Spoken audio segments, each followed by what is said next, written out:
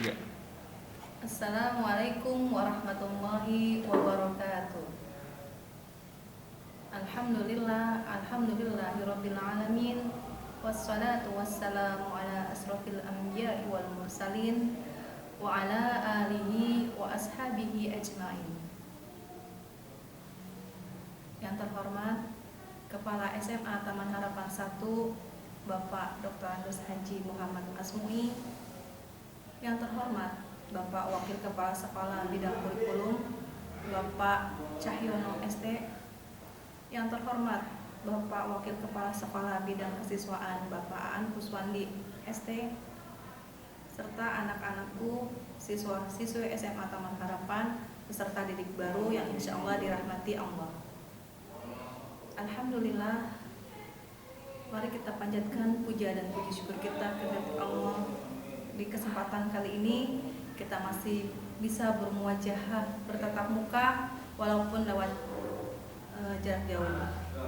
Yang kedua, sholawat ma'assalam tetap terlimpah curahkan kepada junjungan kita Nabiullah Muhammad SAW yang telah membawa kita dari jalan kegelapan kepada jalan yang terang benderang, yakni ad-din al-Islam.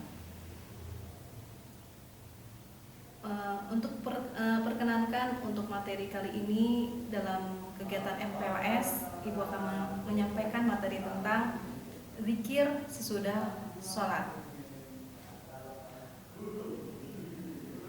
Berzikir dan berdoa setelah sholat fardu merupakan anjuran dari baginda Rasulullah SAW sesuai dengan surat Al-Quran surat keempat ayat 103 yang berbunyi, A'udzu billahi minasyaitonir rajim. Bismillahirrahmanirrahim.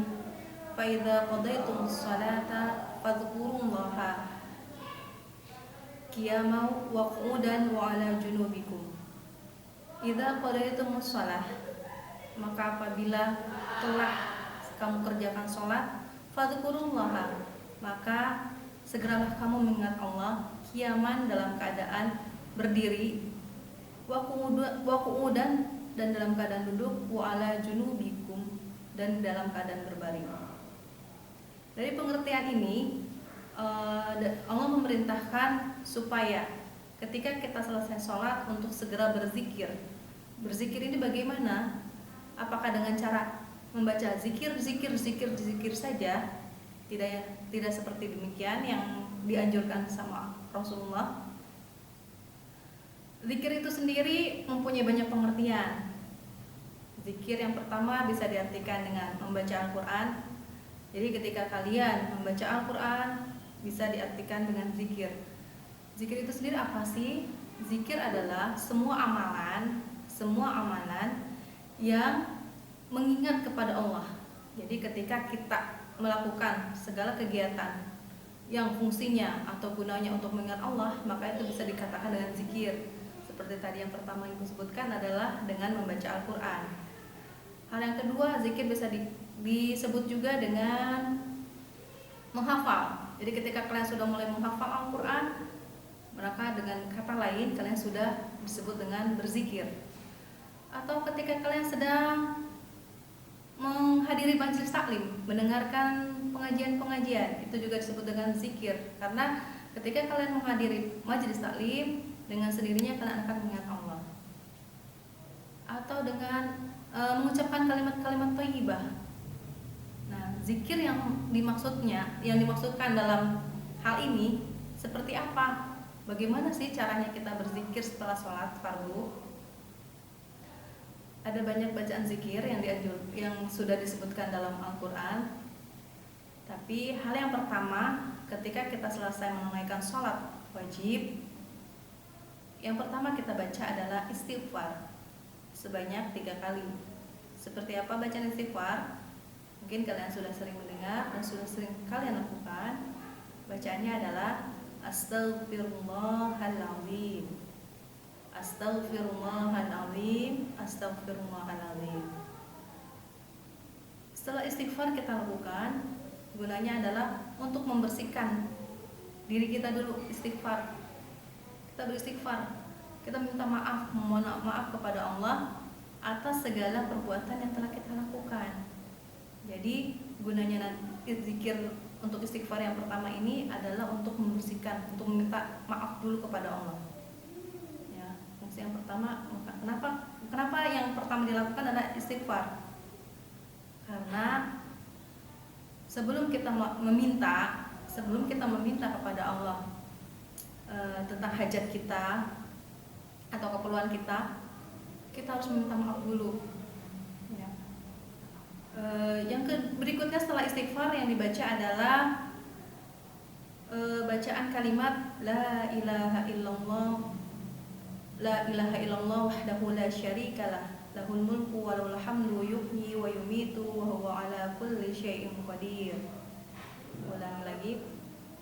La ilaha illallah wahdahu la syarikalah lahul mulku wa lahul hamdu yuhyi wa yumitu wa huwa ala kulli syai'in qadir.